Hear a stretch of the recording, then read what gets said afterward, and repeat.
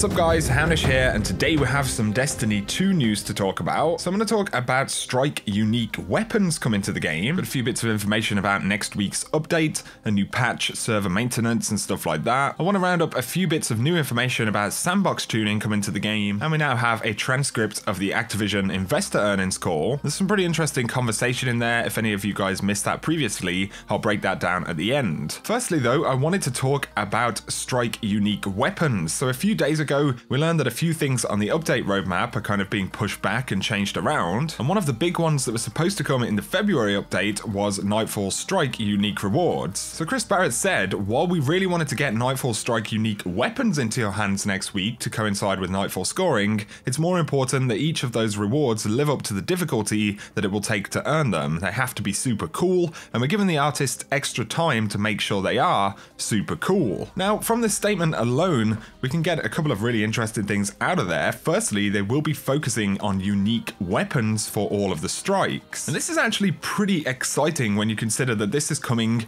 not inside of a DLC. This is actually one of their game updates, and it is going to bring new actual loot, weapons to chase. It's also interesting that they're focusing on the weapon element right there, but also very important is that he says we're giving the artists extra time to make sure they are super cool. Now, there's been a lot of feedback, especially recently, about reskinned weapons. It's something that Bungie have always done with Destiny. You know, you have kind of a base model and then they'll use it in various different places. And from this statement, it seems that Bungie are very much aware people don't like seeing weapons that, you know, look very, very similar to each other. And also with the fact that these should be, you know, enemy themed or at least strike themed weapons, they definitely need to have that bonus art element, you know? If you guys didn't play D1, there was strike specific loot and we had weapons like the Devil's Dawn. This came from any of the Siva strikes, things like Grasp of Malak, and then we have things like the Does Not Bow, which was another fallen weapon from the Tanix strike. It was really cool to have these kind of enemy themed pieces of gear that you could get from strikes. So thinking about what we have in D2, we've got Pyramidion, Inverted Spire, Arms Dealer, Savathun's Song,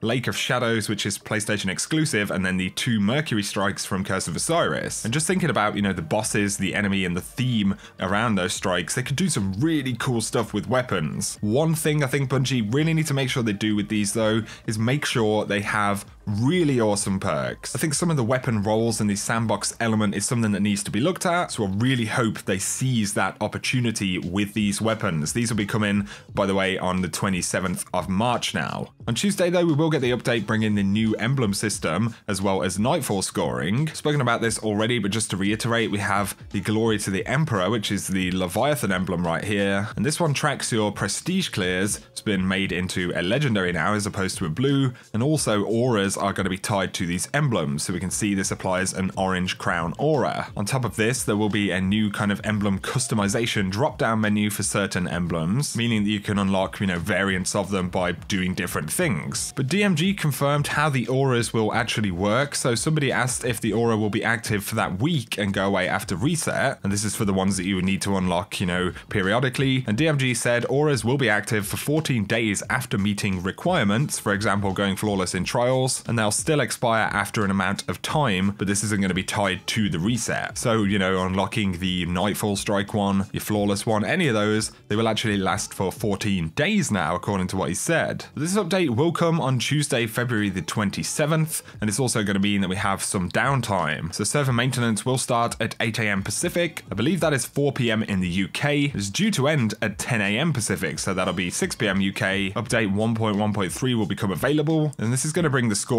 and everything like that. They do give us a patch notes preview, so they're fixing an issue where the Phoenix Dive ability can be used to get out of intended play spaces, fixed an issue where players could receive a loss in Trials of the Nine if opponents leave multiple matches in a row. The Crucible Helmet ornament will now gain unlock progress from Trials of the Nine wins in addition to competitive wins. I think that's definitely a good thing. And projectiles from the colony properly track enemies on PC when frame rates are set higher than 30 FPS. That's been a pretty annoying bug for PC players. Up next though, on the front of Sandbox tuning coming in March. Somebody did ask DMG any news on the tractor cannon, and they said more ragdoll. DMG said something better, still in test, and we'll speak with the Sandbox team before the changes go live. Stay tuned. So it sounds like tractor cannon, as well as a bunch of other weapons, are going to be getting some pretty interesting buffs. You know, we've had hints about the Graviton Lance, as well as the Skyburner's Oath, even the Sunshot getting some pretty sizable buffs. DMG also said Sandbox team is hard at work on balance changes. Snipers and shotguns will get some tweaks, making them much more viable in your power slot. Coming from a playtest yesterday, things felt pretty great. DMG did also give an insight into some of how they're testing Sandbox stuff, and he said we're testing against both PvP and PvE environments. We've gotten a few players from around the studio to form a team Velveeta of sorts for Sandbox balancing. We hit Nightfalls, Crucible, and have rounds of feedback with devs on what felt good, what felt OP, and what wasn't working. Like the Prometheus lens issue you called out, we're looking to apply more love to testing multiple game modes in an attempt to avoid this happening again. And this is, according to Bungie, you know, why we're having to wait, you know, this kind of period of time to get these Sandbox changes. It sounds like a lot of stuff has actually been changed already, and they are primarily testing stuff at this point. Another thing to point out, the Sandbox team do seem to be fairly confident right here. So somebody said to Josh Hamrick, I haven't played Destiny in 4 months, but I'll come back if I see great content. And Josh said, the future is bright and I'm confident that we'll see each other again soon. So I just thought that was worth pointing out.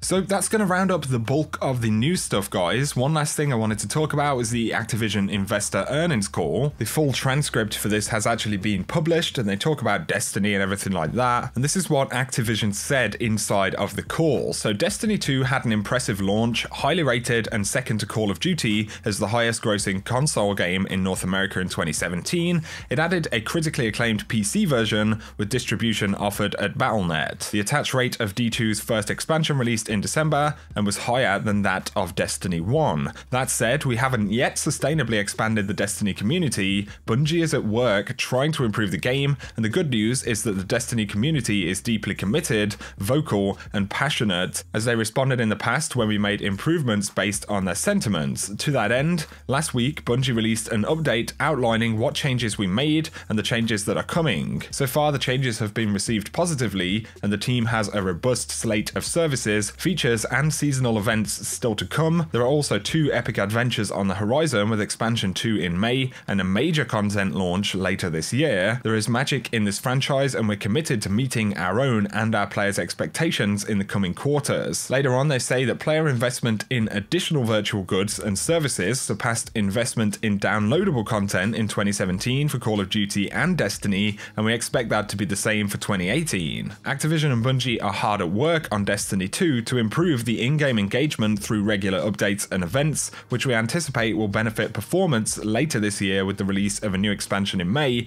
and a major expansion in the second half of the year. Somebody asked a question, can you give us a little more colour just on the trends you are seeing around player engagement, in-game monetization, and then a little more colour about how you are thinking about the game and plans for 2018. And Eric Hirschberg, CEO, said, happy to talk about Destiny 2, and I want to start by putting it all in context because we did have a very successful launch of the game. It was number 2 in North America, the number 4 game globally, and it was also very well received, had an A7 rating, and that was the full 10 points of improvement over Destiny 1, and it received 120 rewards and nominations. On top of that, we saw very positive sentiment and new franchise high levels of engagement for the first couple of months post-launch. Players report a significant amount of hours already in the game. We have definitely seen some real sentiment issues surface in a couple of areas. For example, one of the things we wanted to do with D2 was make the game a little bit less of a grind based on feedback we heard, and we also wanted to provide players with more direct paths to getting the game's best rewards. And that actually allowed our core players to consume the content faster than we anticipated, and that has led to an increase in players calling for more challenges and better rewards in the ongoing game. This is a live game, and responding to player feedback is part of the process. We feel that we have the right plans in place to address the concern, and also remember that we have a great expansion coming in May and a major expansion coming at the end of the year, and those events have always been opportunities for us to re-engage our community and win back people who have churned out. So that is most of the conversation regarding Destiny 2 in the Activision earnings call, word for word. I know there are a lot of people pretty interested in that stuff. Definitely seems like Activision and Bungie are fairly confident